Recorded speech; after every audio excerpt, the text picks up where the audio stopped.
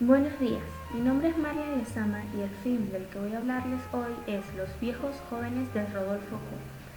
Pero antes, comencemos este video con la cita del libro de Dinúbila, La historia del cine argentino, el cual la cita habla acerca de cómo Argentina tuvo su momento comparable con el neorrealismo italiano en la década de los 30, pero este se vio opacado con la llegada de lo que Dinúbila denomina como la imitación. Nuevo cine argentino de la década de los 60.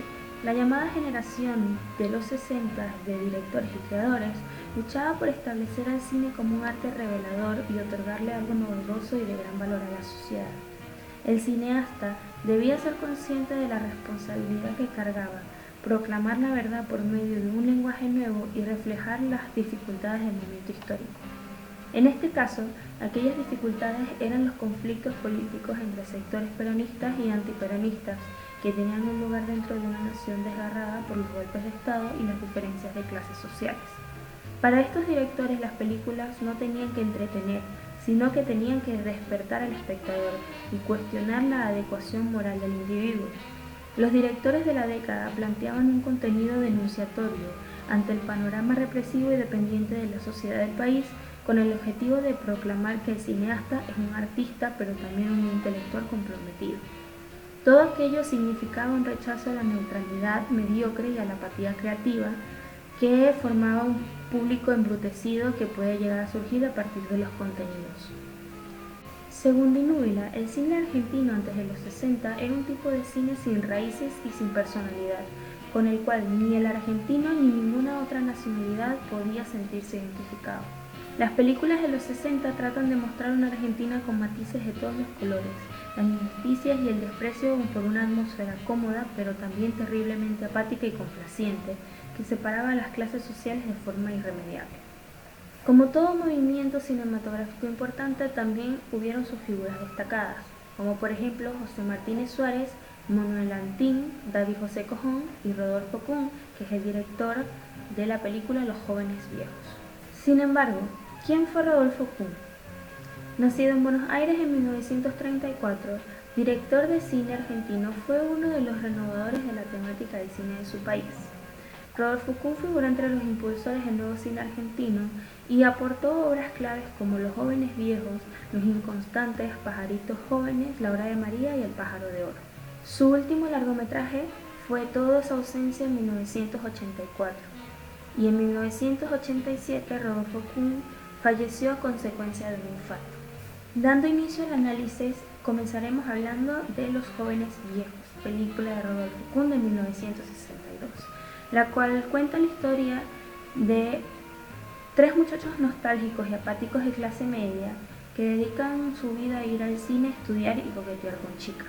Después de una noche de fiesta insulsa e impredecible, deciden hacer un viaje a Mar del Plata, en donde conocerán a tres mujeres que son tan melancólicas e indiferentes como ellos. Los jóvenes viejos podrían pasar por una película de romance juvenil a primera vista.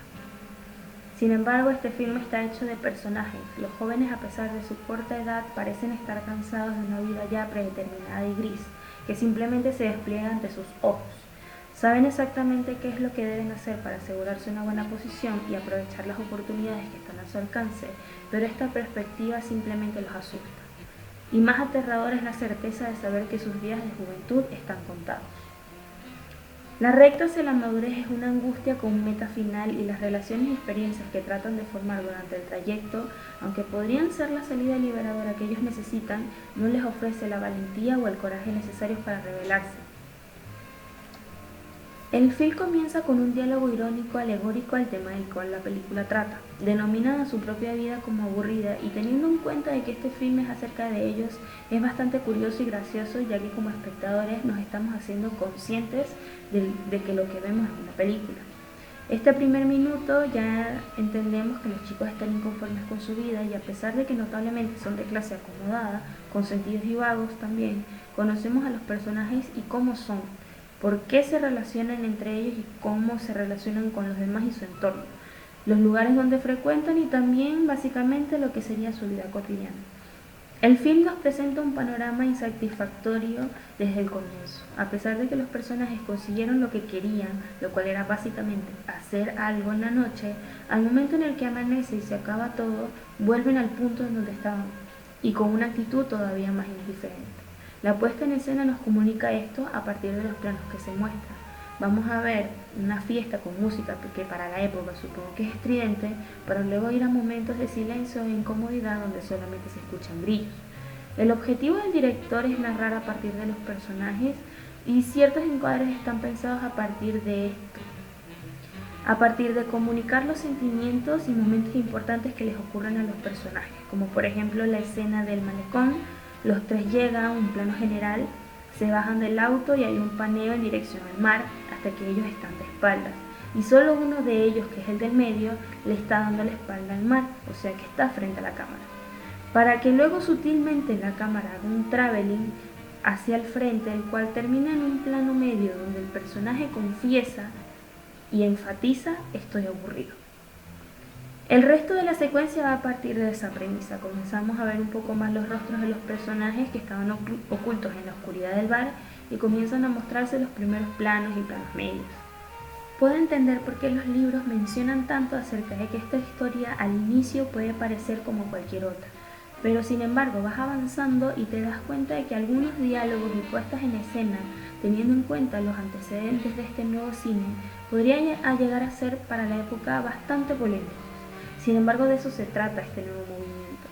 Una de las características que este film tiene, que personalmente a mí me parecen interesantes, es la forma en cómo el director plantea las ironías. Porque no es como si no hubiese visto un film de este estilo, pero la cuestión es que verdaderamente no te lo esperas. Hombres de clase alta manejando un auto van en la carretera quejándose de la vida y hablando de caviar mientras están pasando por una villa que se nota que es de bajos recursos. La imagen en sí puede parecer muy banal, pero el contenido de esta es muy poderoso. Me pareció muy impactante ver esa moraleja. Mientras ellos están manejando y están hablando de cosas tan banales y lo terrible que es su vida, tú vas viendo personas que viven en dificultad, en calles que ni siquiera están asfaltadas, con problemas que son notoriamente económicos. En línea general es un film muy interesante que vale la pena ver en cualquier momento. Sinceramente siento que para la época fue bastante innovador y entiendo el porqué del mensaje. Entiendo qué era lo que querían transmitir y entiendo que fueron los primeros pasos para todo un cine que viene ya a futuro.